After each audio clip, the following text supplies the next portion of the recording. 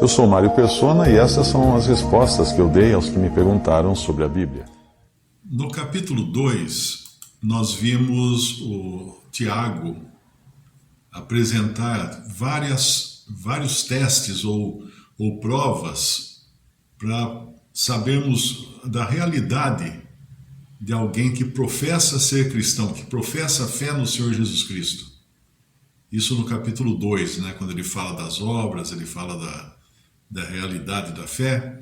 E no capítulos 3 e 4 agora, ele vai falar de diferentes formas de mal que você pode encontrar dentro da profissão cristã. E todos nós, qualquer um que profere o nome de Cristo, está sujeito a cair nessas formas de mal. Primeiro ele começa no capítulo 3, do versículo 1 ao 12, ele fala do mal da língua desenfreada, língua sem freio.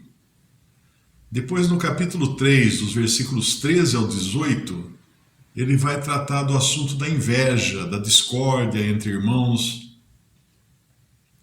E no capítulo 4, que ainda nós chegaremos lá depois, ele começa falando da luxúria desenfreada, logo nos primeiros 3 versículos, né? 4, versículo 1 ao 3.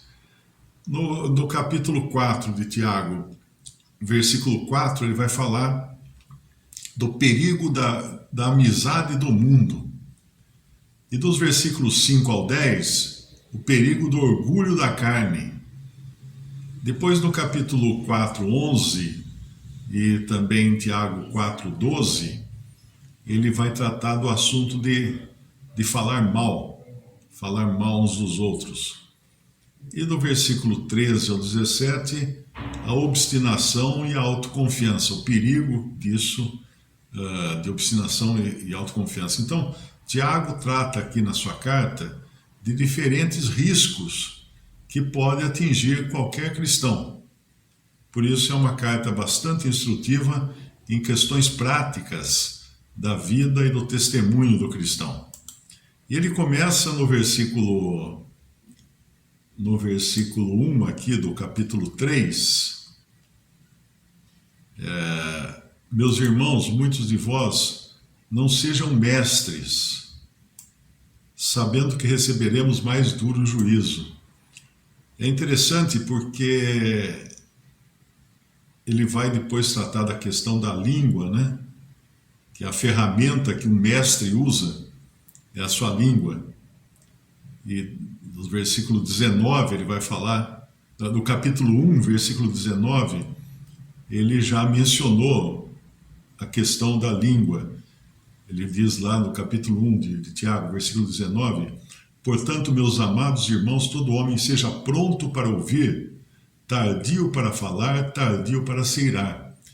Nós temos 2 ouvidos e uma boca. Então, só isso já mostraria qual a relação, né? O quanto nós devemos falar e o quanto nós devemos ouvir. Nós devemos ouvir mais do que nós falamos. Infelizmente, não é sempre assim. Ele também, no capítulo 1 de Tiago, versículo 26, ele já tinha dado uma advertência com respeito à língua. No versículo 26 ele fala, se alguém entre vós cuida ser religioso e não refreia a sua língua, antes engana o seu coração, a religião desse é vã. E aqui no capítulo 2, aliás, nós já passamos no capítulo 2, nós vimos no versículo 12, assim falai e assim procedei, como devendo ser julgados pela lei da liberdade. E aí ele vai agora tratar mais detalhadamente essa questão aqui no capítulo 3, a questão da língua. Tem até um ditado em inglês que diz que cuidado com sua língua, ela é um lugar escorregadio, um lugar molhado e escorregadio, e é fácil você escorregar nela, como a gente encontra quando você vai numa loja, num shopping center, né? Eles colocam aqueles cones com aquelas faixas de atenção nos lugares que foram molhados, que estavam sendo limpos, então estão molhados. ali você pode cair. Então o perigo é cair ali. Eu já levei um tombo no supermercado uma vez justamente por isso. Um lugar molhado, eu de repente eu vi meu pé lá em cima. Eu vi o pé lá em cima e eu falei, o que meu pé está fazendo lá em cima, né? Caí de costas no chão. Aí juntou gente em volta para ver se chamava funerária ou ambulância, porque aquele velho caído de costas no chão, e nessas horas você demora para levantar, porque você começa a tentar descobrir que parte do corpo quebrou. Qual foi? Felizmente nenhuma parte quebrou, mas o tombo foi bem feio, bem complicado. Então, a língua é molhada e lisa. Qualquer coisa ela leva você a escorregar. Ela leva você a cair, a tomar um tombo. E o problema da língua é que depois que você fala, é difícil trazer de volta o que você falou. É como você rasgar travesseiro de penas no vento. Você rasga o travesseiro, o vento espalha as penas, e agora? Como é que você vai fazer para recolher as penas depois que você descobre que aquilo que você falou era fake news, era uma notícia falsa? Como é que faz? Não tem mais jeito, você já falou, já espalhou as penas. É difícil colocar o gênio de volta na lâmpada, como se costuma dizer, né? O gênio da lâmpada sai, aí você não consegue enfiar ele de volta na lâmpada. Falando de gênio da lâmpada, daquelas historinhas de Aladim, né? Aquelas coisas assim. Mas então, o que acontece com aquele que quer ser mestre, ele deve entender que querendo ser mestre, querendo ensinar os outros, isso não é uma forma de desanimar os que ensinam, né? Mas apenas para falar da responsabilidade. Porque você quando fala alguma coisa, você ensina alguma coisa, existe uma responsabilidade nisso. E o julgamento, o juízo é maior para aqueles que querem ser mestres. Eu tenho o maior medo de falar coisas erradas nas gravações que eu faço, porque mesmo que você tire do ar uma gravação, ela continua, ela se multiplica, né? Pessoas copiam aqui, copiam ali e republicam, e é difícil você recolher depois todas as penas que foram jogadas ao vento.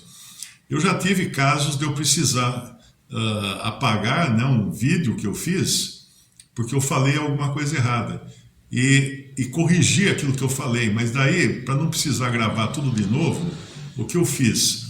Eu fui no trecho em que eu falei a coisa errada e simplesmente gravei a minha voz com a coisa certa, naquele trecho, né?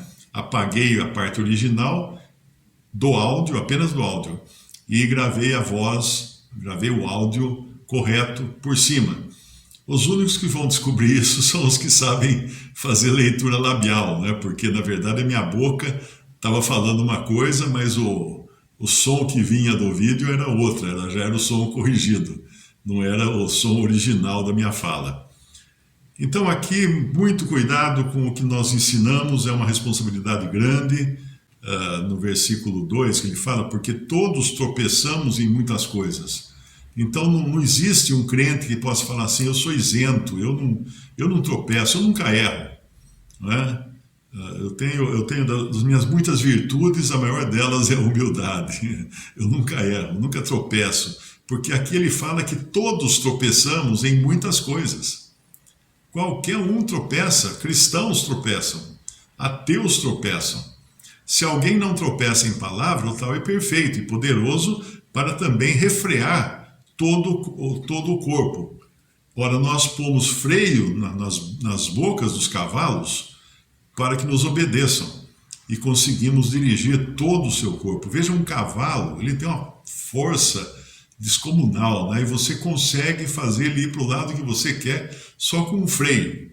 Nem sempre, porque eu andava muito a cavalo quando eu era garoto, né? Tinha 10 anos, 11 anos de idade, e meu pai tinha uma casa em Águas da Prata, e nós íamos de férias para Águas da Prata, então era sempre lá, e lá tinha aquele aluguel de cavalos. Então toda manhã, sem falta, eu ia para o ponto de aluguel de cavalos e alugava lá o Bauru, que era meu cavalo preferido, né? Mas um dia eu fui e o Bauru estava alugado para outro, e não tinha um lá que era um cavalo maior até, um cavalo preto, grande, grandão, e eu fui naquele. E aí eu descobri uma coisa, que aquele cavalo, ele tinha um... quando o cabreço estava muito mole, muito solto, ele pegava a língua e empurrava o freio, porque o freio do cavalo, ele fica atrás dos dentes, né? Ele fica atrás, o cavalo tem os dentes só na parte da frente. O freio fica atrás dos dentes para ele pegar aqui a pele e a gengiva da boca do cavalo. É por aí que você consegue controlar o cavalo.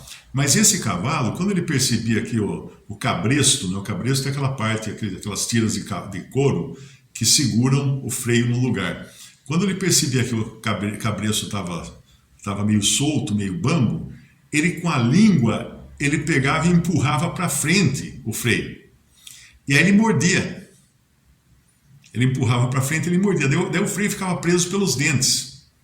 Aí você não conseguia controlar. E um dia o cavalo disparou comigo, esse cavalo, né? Ele saiu desembestiado numa estradinha de terra. E um cavalo disparado, você pode até morrer num acidente, porque não tem cerca que segure. Ele leva no peito a cerca. Ele, quando se assusta com alguma coisa, dispara. E aí eu lembrei que eu tinha aprendido, né, de andar a cavalo há muito tempo, que quando o cavalo dispara, o que você faz? Você pega uma rédea, puxa para um lado, pega a outra rédea, puxa para o outro, puxa para um lado, então ele fica com a cabeça para um lado e para o outro, até ele fica meio tonto, tonto que nem o cavaleiro, né? Porque daí ele perde a noção das coisas e você consegue fazer com que ele pare de correr, e aí eu consegui fazer com que o freio voltasse no lugar em que eu podia continuar controlando o cavalo. Então nós pomos freio na boca dos cavalos para que eles nos obedeçam, e aí nós conseguimos dirigir o corpo inteiro deles. Pensa o seguinte, animais enormes são treinados pelo homem, você vê vídeos lá na Índia, né, daqueles elefantes enormes que um homem controla com uma varetinha. O elefante, se ele quiser, ele pisa em cima do homem, né?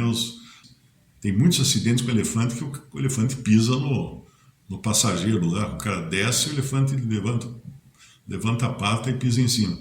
Então, mas como é que eles conseguem controlar aquele animal enorme? Eles conseguem treinar, amansar leões. Você vai num circo, o cara amansa um leão.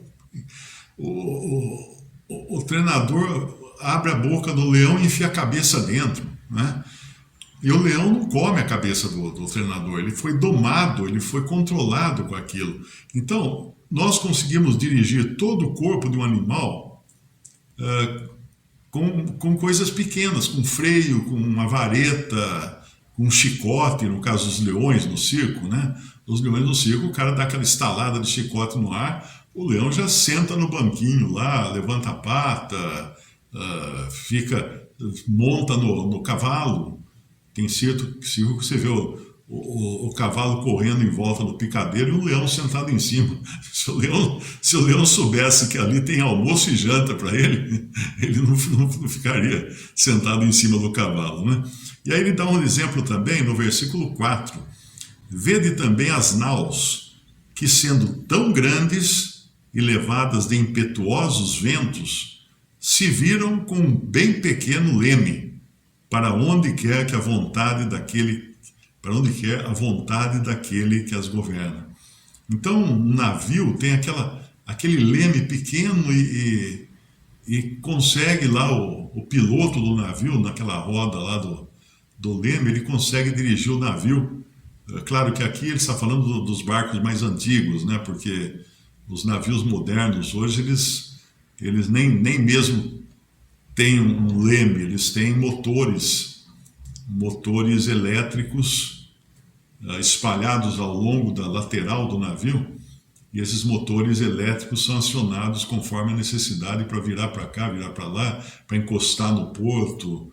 É diferente o sistema, mas dentro aqui do que ele está dando exemplo dos barcos mais antigos, né, e mesmo dos barcos menores, o leme é um pequeno leme que controla tudo.